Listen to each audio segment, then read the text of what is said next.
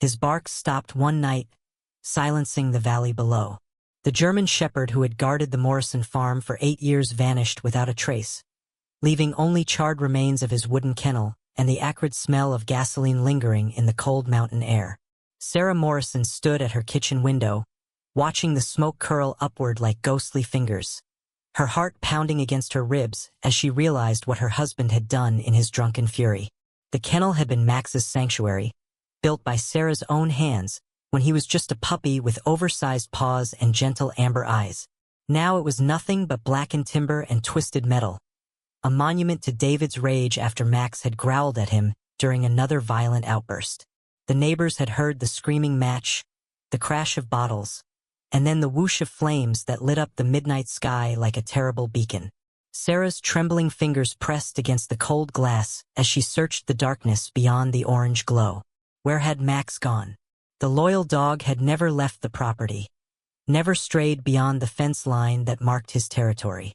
Her breath fogged the window as memories flooded back. Max's first day home, his protective stance when strangers approached, the way he'd rest his massive head on her lap during David's worst episodes. David stumbled out of the barn, his face twisted with satisfaction as he watched his destructive handiwork. He'd always hated the dog, claimed Max was too aggressive, too protective of Sarah. But she knew the truth. Max was the only thing standing between her and David's escalating violence. The dog had become her guardian angel, her silent protector in a world that felt increasingly dangerous. But something gleamed in the dark beyond the dying flames. A pair of amber eyes caught the firelight, watching from the tree line with an intelligence that made Sarah's heart skip. Max hadn't fled in terror as David had expected. He was waiting, watching, planning something that would change everything. The night was far from over, and neither man nor beast would emerge unchanged from what was about to unfold.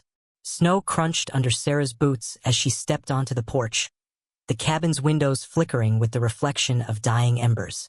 The Morrison farm stretched across 20 acres of pristine Colorado wilderness, surrounded by towering pines that swayed like ancient sentinels in the bitter wind. Tonight, the peaceful sanctuary felt charged with an energy that made her skin crawl, as if the very air was holding its breath. The burnt kennel stood like a skeleton against the starlit sky, its metal frame twisted into grotesque shapes that cast dancing shadows across the snow-covered yard. Sarah pulled her coat tighter, her eyes scanning the darkness for any sign of movement. The silence was unnatural. No cricket songs, no owl calls, just the occasional crack of cooling metal and the distant whisper of wind through the pines. David's heavy footsteps echoed from the barn as he gathered more gasoline, muttering curses under his breath about the dog who had dared to challenge his authority. His anger had been building for weeks, fueled by alcohol and frustration at his inability to control the one creature in his domain that refused to cower before him. Max had always been different, proud, intelligent, and utterly devoted to Sarah in a way that made David's jealousy burn hotter than any flame. Sarah's fingers found the small silver whistle hanging from her neck, a gift from her father years ago. She'd trained Max to respond to its call, a secret signal between them that David had never discovered. Her breath formed tiny clouds in the frigid air as she considered using it now, but something told her to wait. The dog collar she'd spotted earlier caught a glimmer of moonlight from somewhere deep in the forest, and she felt a strange comfort knowing Max was out there, watching and waiting. The night held promises of revelation, of truths that would surface like buried treasure.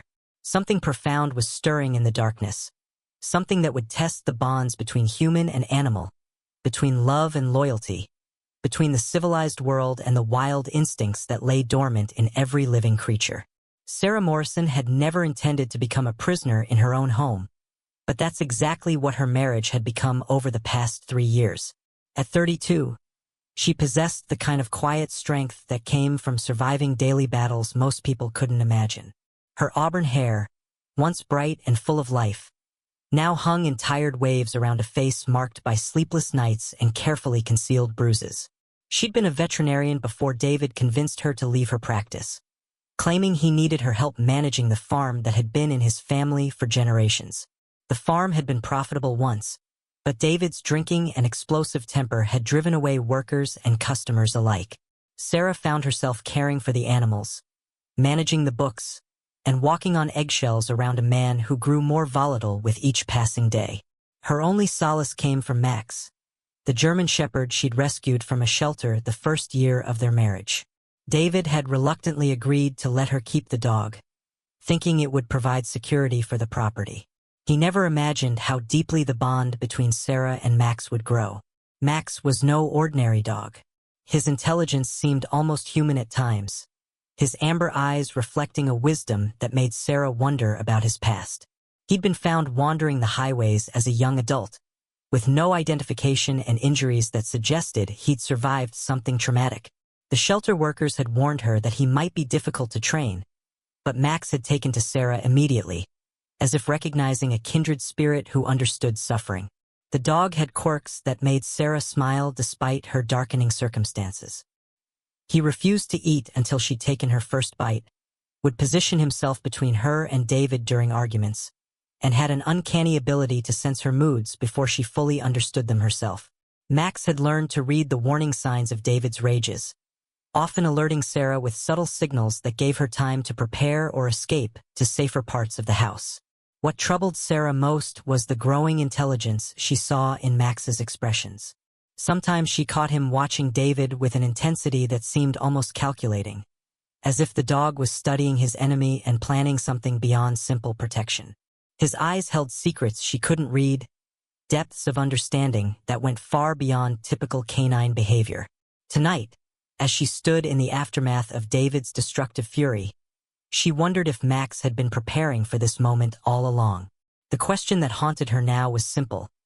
What would a dog with Max's intelligence and loyalty do when pushed beyond his limits?